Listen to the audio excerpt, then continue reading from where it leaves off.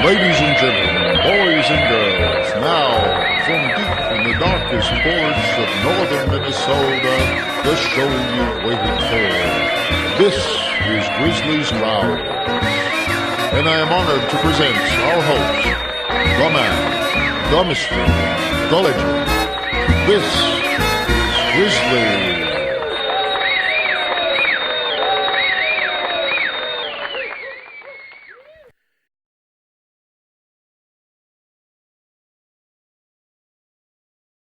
Good evening. My name is David Grizzly Smith, and I would have to say, not really live streaming because nobody's watching. So, who cares? I have found lately that actually not that many people care what I think, and that's okay. Actually, I'm good with that. I just wanted to throw this out there as part of my little YouTube stream.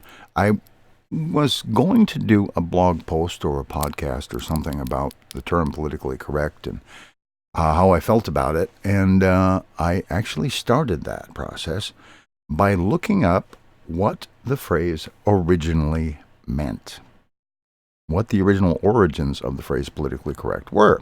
Now, as I recall, what I found was on Wikipedia. And their contention, and I suppose they must have some foundation for it, their contention was the origin of the phrase was the early communists. The early communists, I've got to remember something, that back in the day, back when communism actually started, as compared to the Soviets, who weren't actually communists, they were more really fascists with a different suit. But the early communists were rebels. They intended to be rebels. It was their whole point in life. They were rebelling against the society as they saw it, and they thought that perhaps communism could be a solution to some of the troubles of the world at the time. Didn't work out very well because it got taken over by rich guys in suits. But back in the day, when things first started out, they had a very negative feelings toward the sorts of people who would take positions and state beliefs not because they believed them, not because they determined them for themselves, not because they drew their own conclusions, but because the party leaders told them to. They said, this is what you believe, so the politically correct would just go along with it because that's what the bosses told them to believe. That's what the bosses told them to think. That's what the original meaning of the phrase was. Obedient to authority. Which is kind of ironic and really kind of funny, if you have the kind of sense of humor I do, because I do love my irony. The guys that are out there calling some of us precious little snowflakes for hating what the president is doing, and who are going along with the president because he's the president and he's their glorious leader and he tells them what they want to hear, they're being politically correct. They're being politically correct. And in fact, by being politically correct, they have an awful lot in common with the losers among the early communists. Go figure, huh? So, the whole business about, talking about people in ways that don't offend them, that could be politically correct, but that's not what the phrase means. If you're talking about people in particular terms that are intended to be inoffensive, it might be because you think you want to be inoffensive. You don't want to offend. You don't want to insult people. That's not politically correct. If you were doing it because you were told to, it might be. But if you're doing it because you think it's right, because you really, honestly, personally believe it's right, it's not politically correct. It's just being honest, being courteous, being decent to people. Go figure, huh? Anyway, I feel a little better now. I've been watching watching Twitter. I follow Twitter far too much because it just makes me sad sometimes. Been following Twitter, and following the discussion of the protests tonight about the Muslim ban, which, of course, the White House claims is not a Muslim ban. We're just banning all the people that aren't in minority religions where the Muslims are the majority, but it's not really banning the Muslims. Okay. But a federal judge decided that to put on a temporary stay for the people that were already either in the air on their way to the U.S. or already here, who had valid visas and had already been authorized by the federal government to come into the country, to say that, yes, of course they can come into the country. Yeah, what the hell were you thinking? Anyway, well, she didn't actually say those words, but you know. So temporarily, at least, that whole idiotic process has been stopped. And of course, in the meantime, they took the neo-Nazi, I think it was the editor of Breitbart, and made him part of the was it National Security Council? I think I can't remember which. Anyway, one of the main governing bodies of the executive branch of the United States, the guys who have their fingers on the nukes. It now includes this guy, Bannon, but don't include any of the Joint Chiefs of Staff. Wow.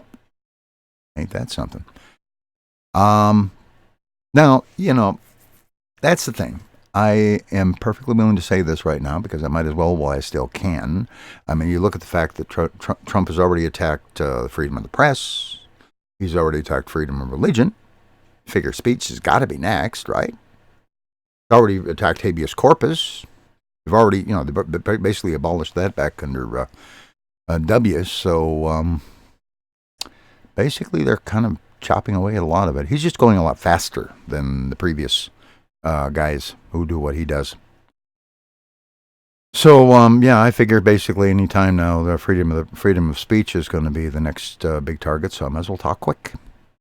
And if you're out there on Twitter, hey, type quick because any day now it's coming. So yeah. Meanwhile, of course, I've got the I'm recycling my old recordings of John Stuart Mill's On Liberty. Some of it is quite good. I realize it's not video, but then again, look at this. This is video. Is this exciting? Not so much, no. Am I being politically correct? No, because honestly, my leader, if you think about it, is supposed to be the president. President doesn't want me saying this. So obviously, I'm not being politically correct. Isn't that funny? Yeah. Wonder if Congress, given that the Republicans who protested so much about Trump becoming president, I wonder if they're ever actually going to speak up and say anything, since he's basically being an idiot. I don't know. If you want to be hopeful about it, you could assume that maybe they're just giving him enough rope. But I'm not that hopeful. I'm thinking basically I listen to a lot of podcasts about business and about advertising and marketing and public relations and all that. And mostly what they're talking about, honestly, is how much money can we make with Trump's policies? And I think Congress is pretty much doing the same thing. How much money can we make? How much power can we achieve with Trump as president? How much can we get away with Trump as president? They're not going to speak up. I'd like it. I'd be happy if it happened, but I don't think they will. Not because they don't have the guts, because they don't have the desire. They've got nothing to lose. They're already elected.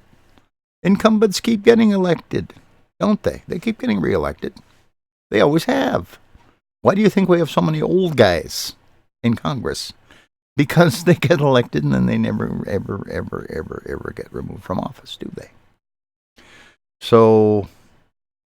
And the guys who are supporting all of this think that, Trump's my president and the Republican Congress, that's my Congress.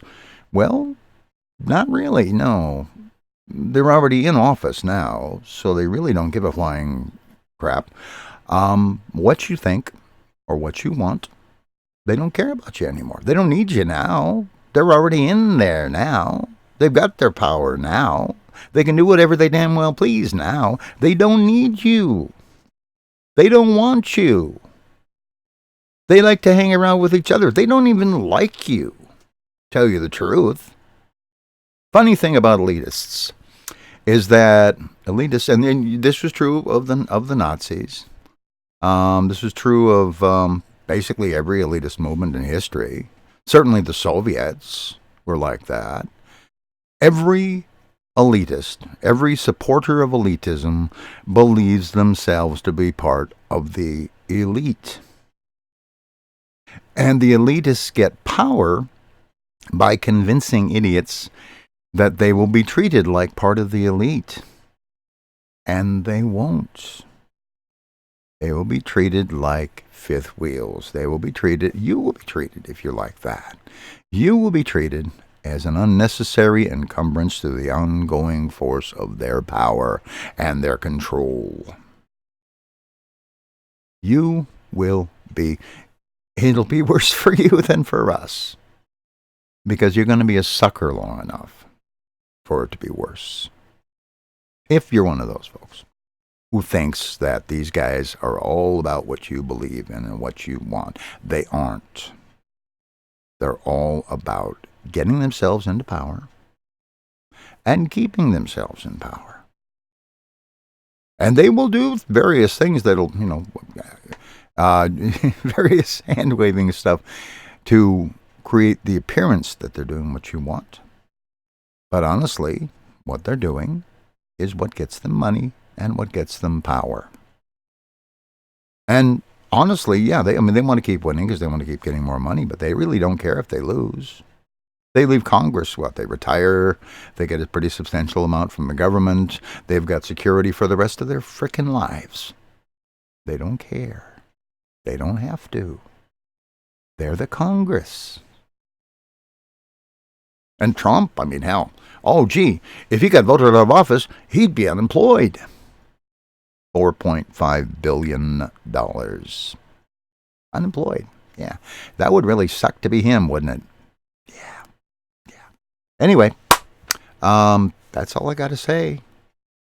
Stay out there. You stay out there, and by golly, you be politically correct if that's what you think is the right thing to do. You be politically correct. You do what President Trump tells you to do. You believe what he tells you to believe. Do that. You be politically correct and be proud of it, by golly. God bless. Good night. And good luck.